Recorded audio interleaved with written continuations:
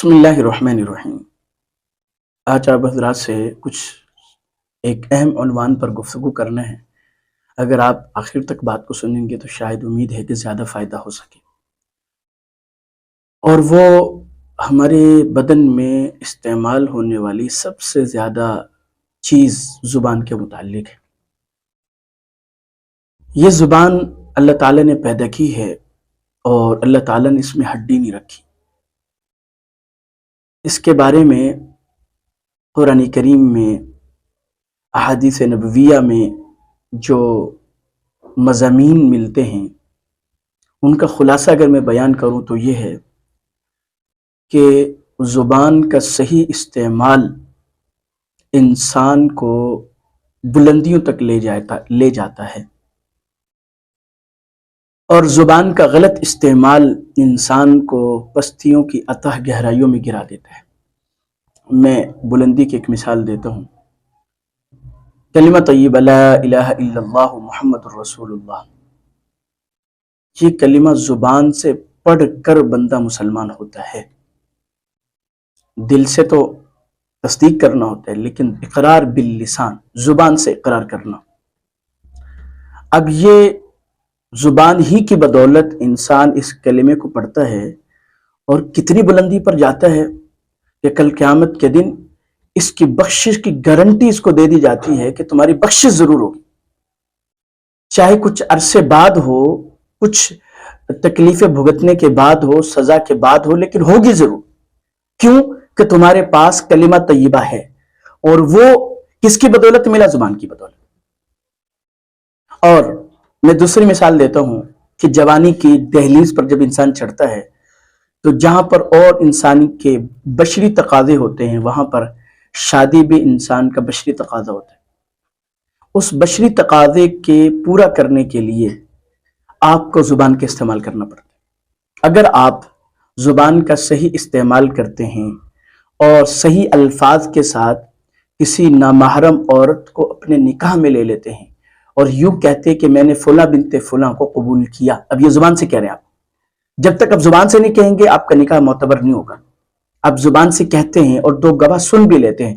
اب زبان کے بول کی بدولت، ایک بول کی بدولت، وہ عورت جو نامحرم تھی آپ کے لیے، اس عورت سے فائدہ اٹھانا زندگی بھر آپ کے لیے حلال ہو جاتا ہے۔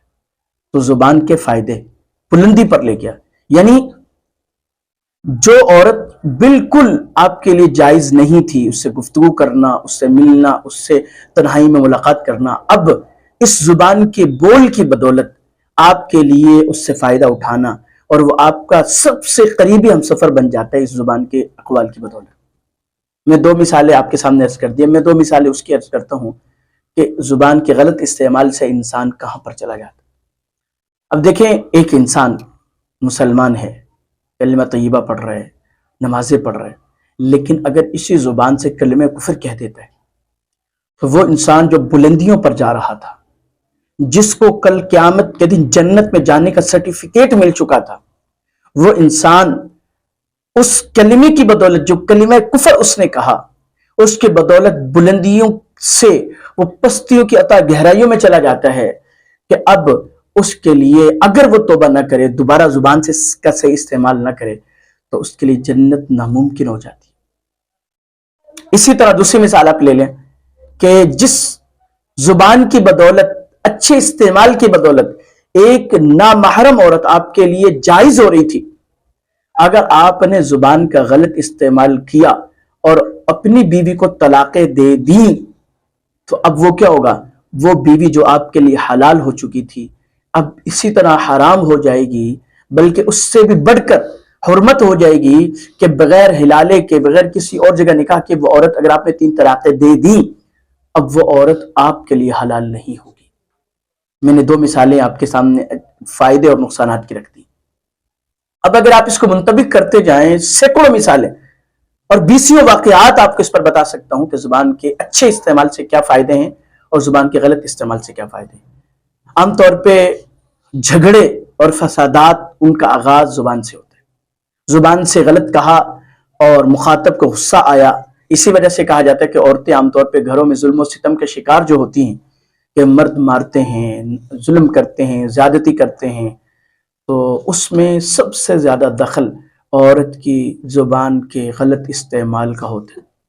اگر عورت غصے کے موقع پر غلط استعمال جہاں پہ زبان کا کرنے جا رہی ہے رک جاتی ہے، تو وہی عورت اسی عورت کے لیے اسی خامد کی زبان سے جب غصہ دفع ہو جاتا ہے، دور ہو جاتا ہے، تو تعریفی کلمات نکلتے ہیں۔ تو اس لیے زبان کا صحیح استعمال کیجیے اور زبان کے غلط استعمال سے بچیے، تاکہ آپ کو زبان کے فائدے دنیا اور آخرت میں حاصل ہو سکیں اور زبان کے نقصانات سے آپ دنیا اور آخرت میں بچ سکیں۔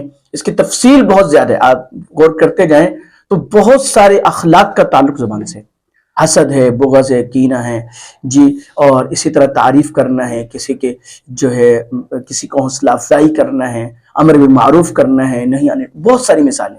اس لیے آپ کوشش کیجئے، میں اور آپ کوشش کریں کہ ہم اپنی زبان کا صحیح استعمال کریں گے اور زبان کے غلط استعمال سے بچیں گے۔ اللہ پاک مجھے اور آپ کو اس پہ عمل کی توفیق عطا فرمائے۔